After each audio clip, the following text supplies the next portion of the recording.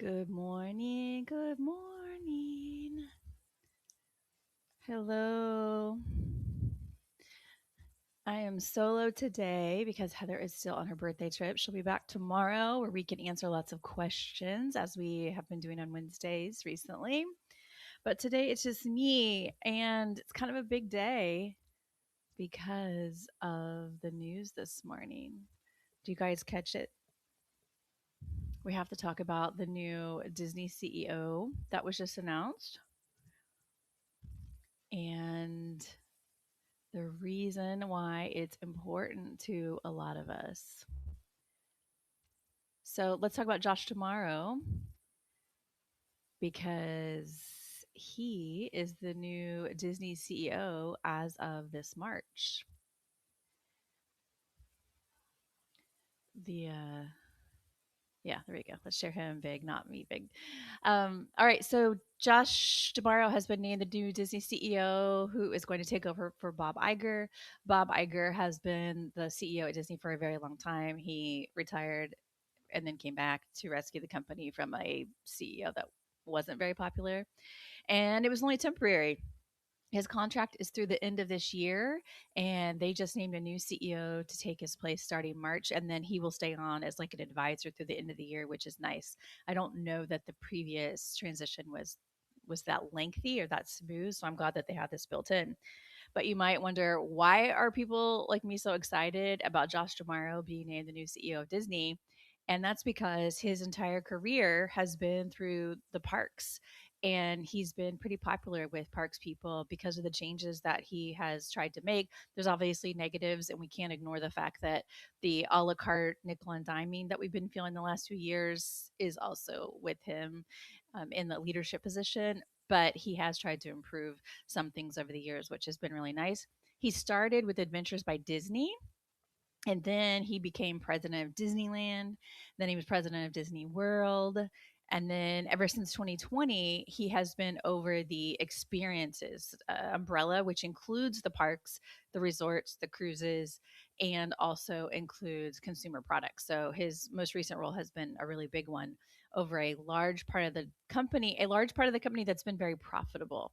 So I have a feeling that played into naming him. So this is going to be a popular pick for those of us that are in the park space because we have enjoyed him for a long time. But as always, we need to see how it goes because you never know. And also, I feel like his charm has overshadowed some of the negativity, and we have to maybe make sure that he's held accountable for the fact that things are so expensive and we are being nickel and dimed, et cetera, et cetera. So we'll see how things go. But that is the biggest news that just happened this morning. And I wanted to add some context to why it's important to us. Also, yesterday they did have a call that was about the earnings call, and basically the stats are flat. Domestic park attendance is up 1%, but relatively speaking, they're comparing it to a period that was lower, so it's not really up overall that much. It's kind of flat. The per capita guest spending is up 4%, and the occupancy of the Disney resort hotels is about 87%. So if you've had trouble finding a hotel room, that would be why, because they are pretty full. Their room bookings for this year in 2026 are pacing up 5% over last year, but mostly it's towards the end of the year. So that would explain why they have some summer promotions, maybe to get those middle of the year numbers up. International travelers are soft. Disney did explicitly call out that while domestic travelers are back, international visitation is still soft. I think we know why that is. The translation of all this for you and me is, if you're hoping for Disney to finally like start being more affordable, this is probably not going to be the season because they keep raising the prices and people keep paying it, and they are incredibly, I guess I can take Josh off the screen, can't I? And they are incredibly um, profitable because people like us are spending so much money and they just keep raising the prices.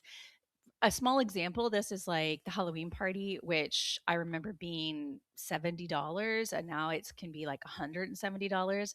And back then, the Halloween party didn't even sell out at that price point, and now it sells out at a much higher price point. And so, if they keep selling out, they're going to keep doing it, and that is an unfortunate truth. I wish it wasn't, because just like you know, I pay for all of my own trips, and that obviously adds up. It's a huge chunk of the business budget. So there you go. Lots of changes in Disney. Another piece of news is that the down payment on some Disney World annual passes is currently an offer. I'm going to put offer in quotes at $99. I don't like promotions that change down payments. They do this for like Disney Cruise as well, where you have a smaller deposit that is required. The reason I don't like it is because it doesn't change the overall total. So if the annual pass down payment is $99 now, that just means your monthly payments for the people that have annual passes that have monthly payments is higher.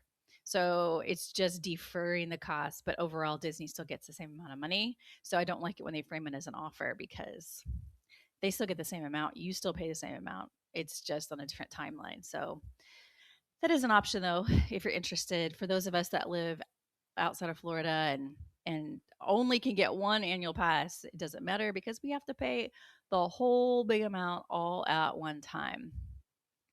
Um, the current CEO, Bob Iger, also confirmed a major 3-year deal with OpenAI.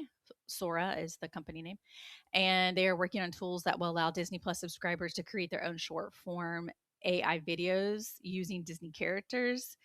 And we just found this interesting. We hope it doesn't mean the displacement of artists and Imagineers who have been part of making the magic, but I have a feeling we all know what's happening. Efficiency is one thing; replacing the heart of what makes the company great is another. So you know, it's a balance to try to evolve and stay with the times, but also, you know, maintain some standards. So we'll see how that goes.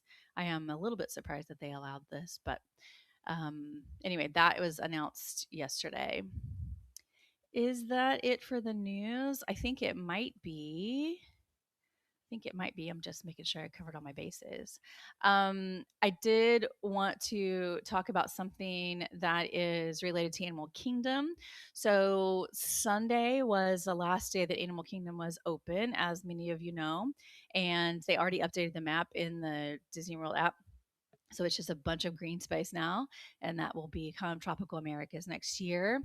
But that meant displacing Restaurantosaurus, which was a quick service there, and now they have some of that food available at Harambe Market, and also rides, because there was the dinosaur ride, there was Triceratops Spin, and then a long time ago there was Primeval Whirl. And Animal Kingdom's always been a tricky park for um, lightning lanes, because it's like, well, is it even worth it? And now with one ride being gone, one bigger ride being gone, lightning lane, then it's like, okay, now we're down to only a few things. And so I wanted to talk about that, because I really, really struggle with the lightning lanes being a good purchase. They're not super expensive, but it is still like, do we really want to even bother? So basically, this is our lightning lane graphic for Animal Kingdom. There are 4 rides and 4 shows available right now at Animal Kingdom. Shows aren't, you know, necessary for lightning lanes. On this list, Festival of the Lion King might be the best, just to make sure you get into a specific show. But in general, people use lightning lanes for rides, and that includes now Kilimanjaro Safari, Navi River Journey, Expedition Everest, and Cali River Rapids. Those are the only rides that are available with lightning lanes. And of these, Expedition Everest has a single rider line. So if you don't want to use lightning lanes at all, Expedition Everest does have a single rider that you can go through and not have to worry about a wait, as long as you are willing to ride by yourself. Kilimanjaro Safari is a great one to rope drop at the regular park opening. Navi River Journey, in my opinion, is a great one to rope drop at early entry. And Cali River Rapids, especially this time of year, you can fit in just about any time. It's not super busy over there. So it's just not a lot of lines if you can sort of navigate it. I would, however, still get the single pass lightning lane for Flight of Passage, because that line is so long. And instead of heading there during early entry with all the crowds, you could head to Navi River Journey and Kilimanjaro Safari, and then head over to use your Flight of Passage single pass Lightning Lane later. There is some speculation that Flight of Passage will become part of multi pass Lightning Lane because there's so little going on here now with the Lightning Lane system. But we don't know. I mean, Disney certainly hasn't said that yet. But while it's still a single pass Lightning Lane, I would 100% buy that, skip everything else, and just tour the park.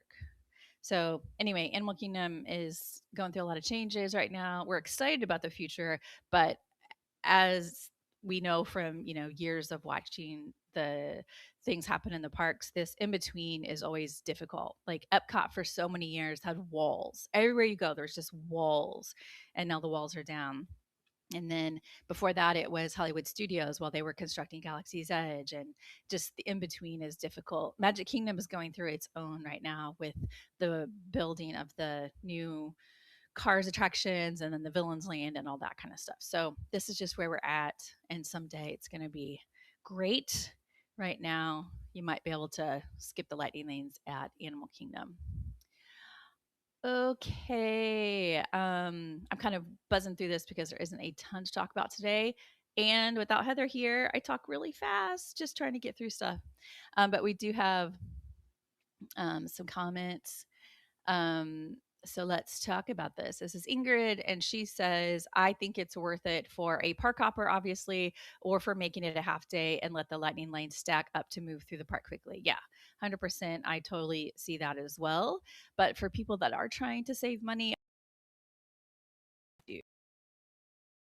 um, and then Melissa says, I have a hard time justifying the ticket cost for Animal Kingdom. They should really consider dropping the ticket price for this park while all changes are happening. Yeah, I totally understand that too, because there isn't nearly as much to do there, obviously, as the other parks. So exactly what are they charging for? So yeah, I totally get that. Okay. I think that's going to be a short but sweet chat today just to cover some of the basics about what's happening in the parks. And we'll see if there's any more news that comes out today. And Heather will be back tomorrow. So if you want to join our Instagram Q&A, feel free to hop over there today. And then we'll be here tomorrow to answer any questions that I didn't get to on Instagram. So thanks for watching. Be back tomorrow with Heather.